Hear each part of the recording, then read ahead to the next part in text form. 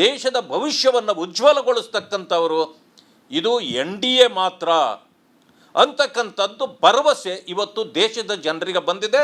ಇದು ಕಾಂಗ್ರೆಸ್ಗೆ ಈಗ ಮುಖವಾಡ ಕಳಚಿಟ್ಟಿದ್ದಾರೆ.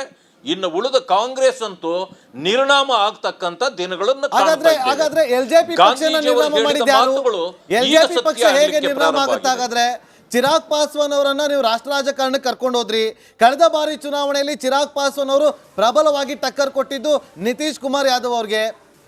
ಈ ಬಾರಿ ಕರ್ಕೊಂಡ್ಬರ್ಬೋದಿತ್ತಲ್ಲ ವಾಪಸ್ ಬಿಹಾರ ರಾಜಕಾರಣಕ್ಕೆ? ಬನ್ನಿ ನಿಮ್ಮನ್ನ CM ಅಭ್ಯರ್ಥಿ ಮಾಡ್ತೀವಿ ಅಂತೇಳಿ ಕಳೆದ ಬಾರಿ ಚುನಾವಣೆಯಲ್ಲಿ ಚಿರಾಗ್ ಪಾಸ್ವಾನ್ ಮೋದಿ ಅವರ ಹೆಸರು ಹೇಳ್ಕೊಂಡು ವೋಟ್ ಕೇಳಿದ್ದು. ಹಾಗಾದ್ರೆ ಅವರು ಇವತ್ತು ಅವ್ರ ನಂಬರ್ ನೋಡಿದ್ರೆ ನಾನು ಒಂಥರ ನೋಡಿ LJP 15 ಯಾರು ಅವ್ರನ್ನ ನಿರ್ನಾಮ ಮಾಡಿದ್ರು ಅಂತನಾ ಅಥವಾ ಹೇಗೆ? ಇದಕ್ಕೆ ಯಾರು ಕಾರಣ? ಹೊಣೆಗಾರಿಕೆ ಯಾರು? ನೋಡಿ ಅವರನ್ನ ನಿರ್ನಾಮ ಅಲ್ಲ ನೋಡಿ, ಅವರನ್ನೆಲ್ಲ ಜೊತೆಯಲ್ಲಿ ಇಟ್ಕೊಂಡು ಹೋಗ್ತಾ ಇರ್ತಕ್ಕಂಥದ್ದನ್ನ ನೀವು ಗಮನಿಸಬೇಕು. ಇವತ್ತು ಬಿಹಾರದ ಭವಿಷ್ಯವನ್ನು ಕಟ್ಟತಕ್ಕಂಥವರು NDA ಅಂತಕ್ಕಂಥದ್ದೇ ಹೊರತು ಹಾಗಂದ್ರೆ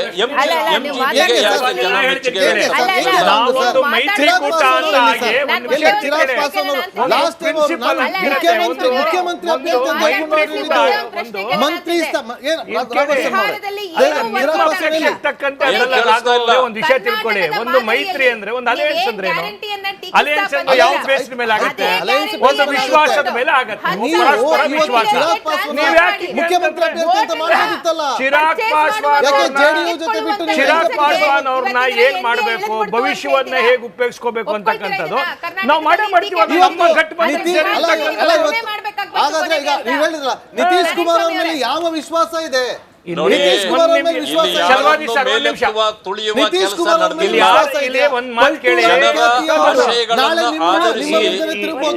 ಇವತ್ತು ನಮ್ಮ NDA ಕೆಲಸ ಮಾಡಿದೆ. ಅದು ಚಿರಾಗ್ ಪಾಸ್ವಾನ್ ಇರಬಹುದು, ಇನ್ನೊಬ್ರು ಇರಬಹುದು. ಅವರ ಭವಿಷ್ಯವನ್ನು ರೂಪಿಸ್ತಕ್ಕಂಥ ಕೆಲಸವನ್ನ ಭಾರತೀಯ ಜನತಾ ಪಕ್ಷ ಮಾಡ್ತದೆ. ಅಲ್ಲಿವರೆಗೂ ತಾಳ್ಮೆ ಇರಬೇಕು.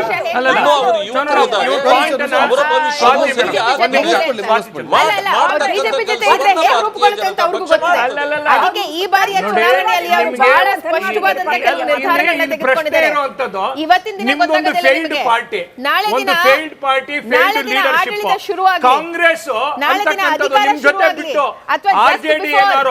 ಇಂಡಿಪೆಂಡೆಂಟ್ ಆಗಿದ್ರೆ ನಿಮ್ಮ ಲೆಗಸಿ ಇದೆಯಲ್ಲ, ನಿಮ್ಮ ಲಯಬಿಲಿಟಿ ಇದೆಯಲ್ಲ, ಕಾಂಗ್ರೆಸ್ ಲಯಬಿಲಿಟಿ ಇದೆಯಲ್ಲ, ಒಂದು ಫೇಲ್ಡ್ ಲೀಡರ್ಶಿಪ್. ರಾಹುಲ್ ಗಾಂಧಿ ಅಂತಕ್ಕಂಥದ್ದು ಒಬ್ಬ ಜೋಕರ್ ಇದ್ದಂಗೆ, ಒಬ್ಬ ಇಮ್ಮೆಚೂರ್ ಅಂತಕ್ಕಂಥದ್ದು ಈ ದೇಶ ಜನ ಇವತ್ತು ಒಪ್ಪಿರ್ತಕ್ಕಂಥದ್ದು.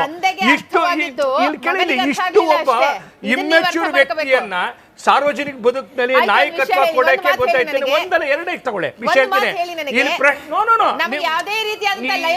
ಯಾವುದು ಕಾಂಗ್ರೆಸ್ ಅನ್ನೋದೇ ಈ ದೇಶಕ್ಕೆ ಲಯಬಿಲಿಟಿ. ಕಾಂಗ್ರೆಸ್ ಇದೆಯಲ್ಲ ಈ ದೇಶಕ್ಕೆ ಲಯಬಿಲಿಟಿ. ಪದೇ ಪದೇ ಚುನಾವಣೆ ಕಾನ್ಸಿಕ್ಯೂಟಿವ್ ಎಷ್ಟು ಚುನಾವಣೆಯಲ್ಲಿ ರಾಹುಲ್ ಗಾಂಧಿ ಜನ ತಿರಸ್ಕಾರ ಮಾಡಿರೋದು, ಎಷ್ಟು ಚುನಾವಣೆಯಲ್ಲಿ ರಾಹುಲ್ ಗಾಂಧಿ ದೇಶ ಜನ ತಿರಸ್ಕಾರ ಮಾಡಿರೋದು. ಒಬ್ಬ ವ್ಯಕ್ತಿ ಪದೇ ಪದೇ ಪದೇ ಪದೇ ಚುನಾವಣೆಯಲ್ಲಿ ಅಷ್ಟೊಂದು ಚರ್ಚೆ ಮಾಡ್ತೀರಿ. Is a joker. Correct. Rahul Gandhi joker ಮಾತನ್ನ ನೀವು ಹೇಳಕ್ಕೆ ಬರಬೇಡಿ. ವಿರೋಧ ಪಕ್ಷದ ನಾಯಕ 200ಕ್ಕೂ ಹೆಚ್ಚು ಸಂಸದರು ಅವರನ್ನ ಆಯ್ಕೆ ಮಾಡಿದ್ದಾರೆ. ಇಲ್ಲ ಇಲ್ಲ, ನೀವು ಈ ರೀತಿ ಮಾತುಗಳನ್ನ ಹೇಳಕ್ ಬರಬೇಡಿ.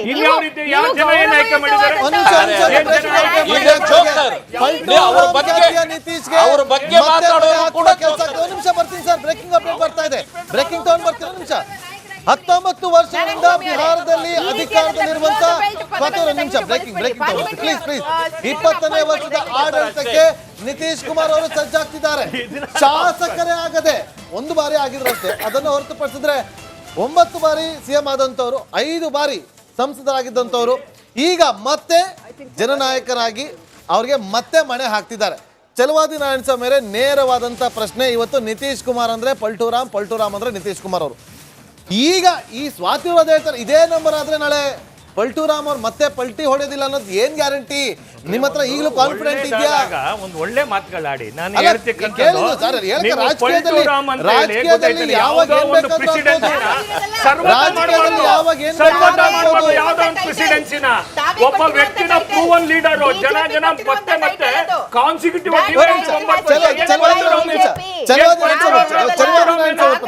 ಆರ್ಜೆಡಿ ಹೇಳಿರೋದಲ್ಲ, ತಾವೇ ಹೇಳಿರೋದು, ತಾವೇ ನೋಡಿ, ನೀವು ಮಾತಾಡೋದು ಏನು ಕೇಳಿಸ್ತಾ ಇಲ್ಲ ನನಗೆ, ಏನು ಕೇಳ್ತಾ ಇಲ್ಲ.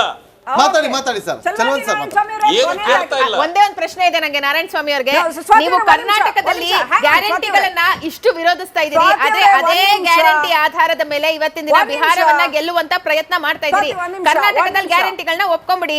ಅವತ್ತು 10,000 ರೂಪಾಯಿ ಕೊಟ್ಟು ದೇಶದ ಭವಿಷ್ಯವನ್ನ ಉಜ್ವಲಗೊಳಿಸ್ತಕ್ಕಂಥವರು ಇದು NDA ಮಾತ್ರ ಅಂತಕ್ಕಂಥದ್ದು ಭರವಸೆ ಇವತ್ತು ದೇಶದ ಜನರಿಗೆ ಬಂದಿದೆ.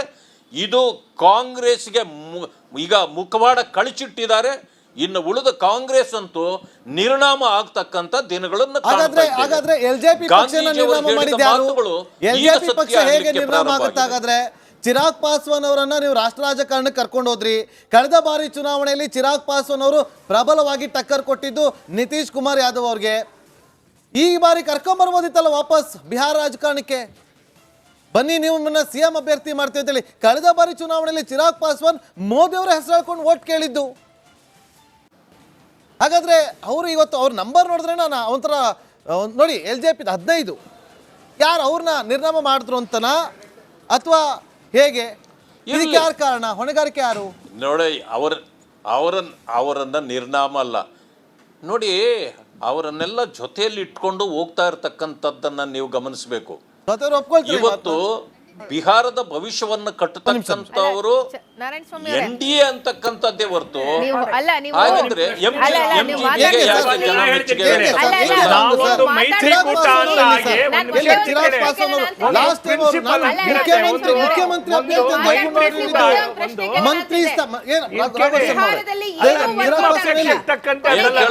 ಒಂದು ವಿಷಯ ತಿಳ್ಕೊಳ್ಳಿ. ಒಂದು ಮೈತ್ರಿ ಅಂದ್ರೆ ಒಂದು ಅಲಯನ್ಸ್ ಅಂದ್ರೆ ಅಲಯನ್ಸ್ ಅಂದ್ರೆ ಯಾವ ಬೇಸ್ ಮೇಲೆ ಆಗುತ್ತೆ?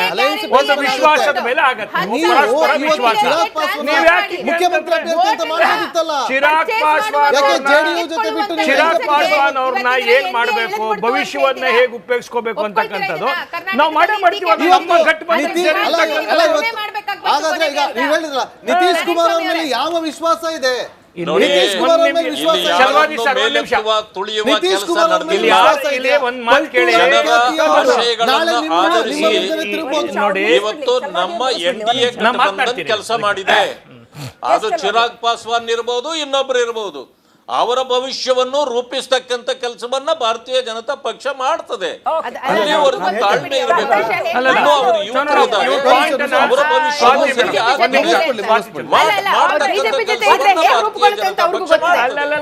ಈ ಬಾರಿಯ ಚುನಾವಣೆಯಲ್ಲಿ ಅವರು ಬಹಳ ಸ್ಪಷ್ಟವಾದಂತ ಕೆಲವು ನಿರ್ಧಾರಗಳನ್ನ ತೆಗೆದುಕೊಂಡಿದ್ದಾರೆ.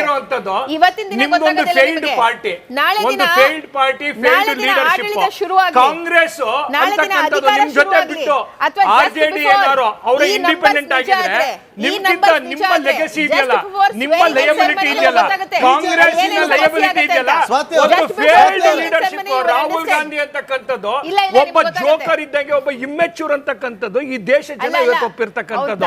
ಇಷ್ಟು ಒಬ್ಬ ಇಮ್ಮೆಚೂರ್ ವ್ಯಕ್ತಿಯನ್ನ ಸಾರ್ವಜನಿಕ ಬದುಕಿನಲ್ಲಿ ನಾಯಕತ್ವ ಕೊಡಕ್ಕೆ ಗೊತ್ತಾಯ್ತು. ಒಂದಲ್ಲ ಎರಡೇ ತಗೊಳ್ಳಿ ವಿಷಯ ಕಾಂಗ್ರೆಸ್ ಅನ್ನೋದೇ ಈ ದೇಶಕ್ಕೆ ಲಯಬಿಲಿಟಿ. ಕಾಂಗ್ರೆಸ್ ಇದೆಯಲ್ಲ ಈ ದೇಶಕ್ಕೆ ಲಯಬಿಲಿಟಿ. ಪದೇ ಪದೇ ಚುನಾವಣೆ ಕಾನ್ಸಿಕ್ಯೂಟಿವ್ ಎಷ್ಟೇ ಚುನಾವಣೆಯಲ್ಲಿ ರಾಹುಲ್ ಗಾಂಧಿ ಜನ ತಿರಸ್ಕಾರ ಮಾಡಿರೋದು, ಎಷ್ಟೇ ಚುನಾವಣೆಯಲ್ಲಿ ರಾಹುಲ್ ಗಾಂಧಿ ದೇಶ ಜನ ತಿರಸ್ಕಾರ ಮಾಡಿರೋದು. ಒಬ್ಬ ವ್ಯಕ್ತಿ ಪದೇ ಪದೇ ಪದೇ ಪದೇ ಚುನಾವಣೆಯಲ್ಲಿ ಅಷ್ಟೊಂದು ಚರ್ಚೆ ಮಾಡ್ತೀರಿ.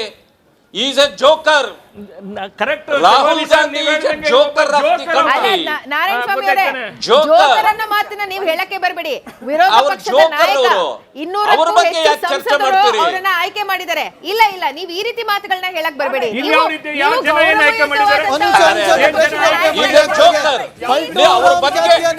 ಅವ್ರ ಬಗ್ಗೆ ಮಾತಾಡೋರು ಕೂಡ ನಿಮಿಷ ಬರ್ತೀನಿ ಸರ್, ಬ್ರೇಕಿಂಗ್ ಅಪ್ಡೇಟ್ ಬರ್ತಾ ಇದೆ. ಬ್ರೇಕಿಂಗ್ ತಗೊಂಡ್ ಬರ್ತೀನಿ, ನಿಮಿಷ. 19 ವರ್ಷಗಳಿಂದ ಬಿಹಾರದಲ್ಲಿ ಅಧಿಕಾರದಲ್ಲಿರುವಂತ ಒಂದು ನಿಮಿಷ ಬ್ರೇಕಿಂಗ್ ಪ್ಲೀಸ್ 20ನೇ ವರ್ಷದ ಆಡಳಿತಕ್ಕೆ ನಿತೀಶ್ ಕುಮಾರ್ ಅವರು ಸಜ್ಜಾಗ್ತಿದ್ದಾರೆ. ಶಾಸಕರೇ ಆಗದೆ 1 ಬಾರಿ ಆಗಿದ್ರಷ್ಟೇ, ಅದನ್ನು ಹೊರತುಪಡಿಸಿದ್ರೆ 9 ಬಾರಿ ಸಿಎಂ ಆದಂತವ್ರು, 5 ಬಾರಿ ಸಂಸದರಾಗಿದ್ದಂಥವ್ರು, ಈಗ ಮತ್ತೆ ಜನನಾಯಕರಾಗಿ ಅವ್ರಿಗೆ ಮತ್ತೆ ಮಣೆ ಹಾಕ್ತಿದ್ದಾರೆ. ಚಲವಾದಿ ನಾರಾಯಣಸ್ವಾಮಿ ಅವರೇ, ನೇರವಾದಂತ ಪ್ರಶ್ನೆ ಇವತ್ತು. ನಿತೀಶ್ ಕುಮಾರ್ ಅಂದ್ರೆ ಪಲ್ಟುರಾಮ್ ಅಂದ್ರೆ ನಿತೀಶ್ ಕುಮಾರ್ ಅವರು. ಈಗ ಈ ಸ್ವಾತಿ ಅವರು ಹೇಳ್ತಾರೆ ಇದೇ ನಂಬರ್ ಆದ್ರೆ ನಾಳೆ ಪಲ್ಟುರಾಮ್ ಅವ್ರು ಮತ್ತೆ ಪಲ್ಟಿ ಹೊಡೆಯೋದಿಲ್ಲ ಅನ್ನೋದು ಏನ್ ಗ್ಯಾರಂಟಿ? ನಿಮ್ಮ ಹತ್ರ ಈಗಲೂ ಕಾನ್ಫಿಡೆಂಟ್ ಇದೆಯಾ? ಒಂದು ಒಳ್ಳೆ ಮಾತುಗಳಾಡಿ ನಾನು ಅಲ್ಲ, ಕೇಳಿದ್ದು ಸರ್, ರಾಜಕೀಯದಲ್ಲಿ ಯಾವಾಗ ಏನ್ ಬೇಕಾದ್ರೂ ಆಗ್ಬೋದು.